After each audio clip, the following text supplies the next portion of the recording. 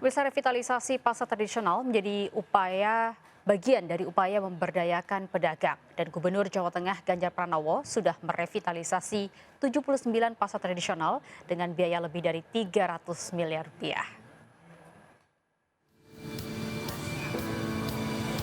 Pasar tradisional sejatinya merupakan representasi dari ekonomi rakyat, ekonomi kelas bawah sebagai tempat bergantung para pedagang skala kecil dan menengah. Tentunya sudah jamak kita mendengar, jika pasar tradisional itu identik dengan tidak tertata rapi, semua stigma itu tidaklah benar adanya. Jika kita melihat pasar-pasar yang ada di Provinsi Jawa Tengah, salah satu contoh sukses revitalisasi pasar tradisional adalah Pasar Johar yang ada di Kota Semarang.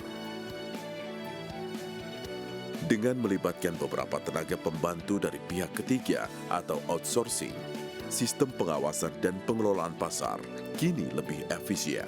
Di sini adem, terus gedungnya baru dicat, baru diperbaiki, jadi ya bersih lah daripada yang dulu.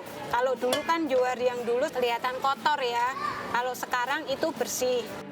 Program revitalisasi pasar tradisional yang diinisiasikan Gubernur Jawa Tengah Ganjar Pranowo tidak hanya mengedepankan pembangunan pasar secara fisik, namun juga pembangunan sumber daya manusianya, baik pedagang, pembeli, maupun pengelola pasar. Kalau kita bicara yang modern kan sudah banyak, dan kelasnya pasti itu kelas menengah ke atas.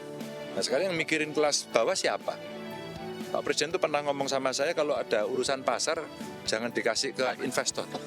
Karena pasti penentuan kiosnya minta ampun sulitnya. Dan beberapa kasus muncul. Maka udah deh, tangani negara aja. Tangani negara, berikan kepada pengelola, rakyat menikmati.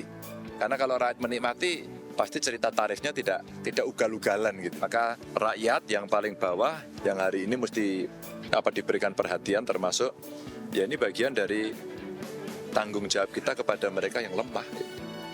Dampak dari program revitalisasi pasar di Jawa Tengah tidak hanya dirasakan oleh pedagang saja, pembeli, satuan ketertiban, petugas kebersihan, dan elemen masyarakat yang lain juga ikut merasakan dampak positif wajah baru pasar yang sudah direvitalisasi.